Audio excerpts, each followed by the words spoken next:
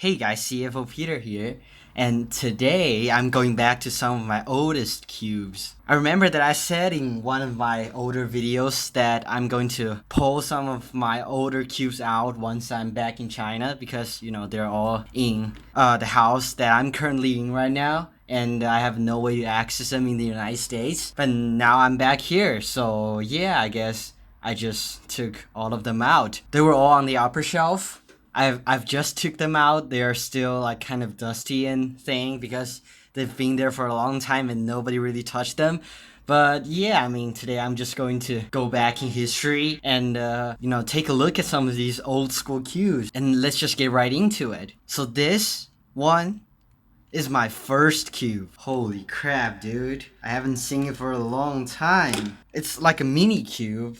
Like if I take my GTS2 right here, it's actually smaller in size, so it's just like a mini cube. But this is the first cube that I've ever owned. The yellow face is still kind of dusty and things because I just took it out. As you can see, the stickers are rubbed off and it's pretty old.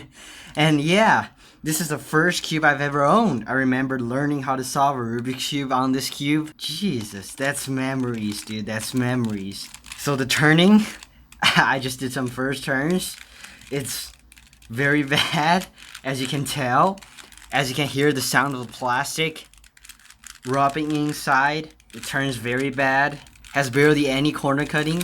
And I don't know if lubricants will make it better, but I don't really expect too much from this cube. This is literally the first cube that I've ever owned. Now I'll come back to it. It was a lot of memory on this cube. I remember getting this cube like nearly 7 years ago when I was still in primary school and when cubing was like very popular in my school.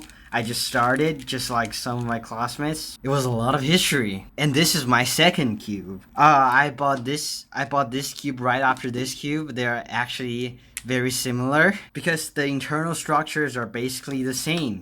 And this cube is like old school structure, which you still barely have any corner cutting.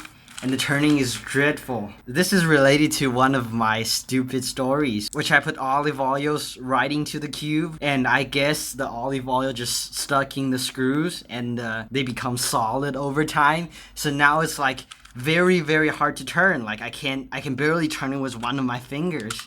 I have to use the whole hand to turn the layers. So now I'm just not going to talk more about this cube because it is really bad. This is the second cube I've ever got, and it's the first full-size 3x3 that I've ever got. But it is so bad. So this is my third cube, and this is where I really started to practice speed solving. Not really practice, but I'm just, trying to get faster with moving on to a better cube. This is like a very old school Chinese brand called Moyo. This is the third cube I've ever got, and this is basically the first cube that can be used to speed solve. Ooh. It's still legit. Like, it's still legitimately a speed cube. Like, I can do some algorithms on it. Although the corner cutting is not that good, it still have some corner cutting. And yeah, I mean, still decent. It's all kinds of dusty though, And as you can see on the white side here, the stickers are all rubbed off over time.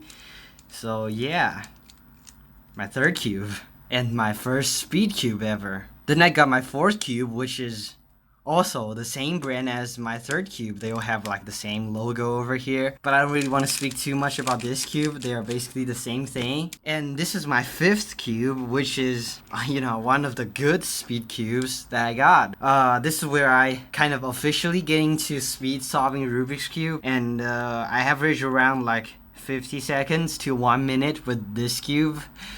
And yeah, it's still pretty old though, but it's not that old. I guess I bought it like 3 years ago. It still has some Q Smith stickers, which the store has already been taken down. This cube is a 大雁展翅, so it is still good. After I get this 展翅, I start to, know more about solving Rubik's Cubes. I start to collect other puzzles, other WCA puzzles, and I start to expand my collection from like 5 cubes over here to like 10 cubes, some other WCA puzzles, to like 68 or 70 cubes right now. And yeah, I mean, I just introduced 5 of my oldest cubes. And this is where all it started. This is where I started to know how to solve a Rubik's Cube, start to practice speed solving a Rubik's Cube, start to know more about Rubik's Cubes, start to get into other WCA puzzles. And yeah, I mean, this is a lot of stories. So yeah, I guess these are the 5 of the oldest cubes that I've ever got. Jeez, looking at them, it's a lot of stories. I haven't touched these cubes in years. And yeah, a lot of things comes back to me. These are my oldest cubes, and that's basically the video. I really hope you guys enjoyed going back to these oldest cubes that I've ever had with me.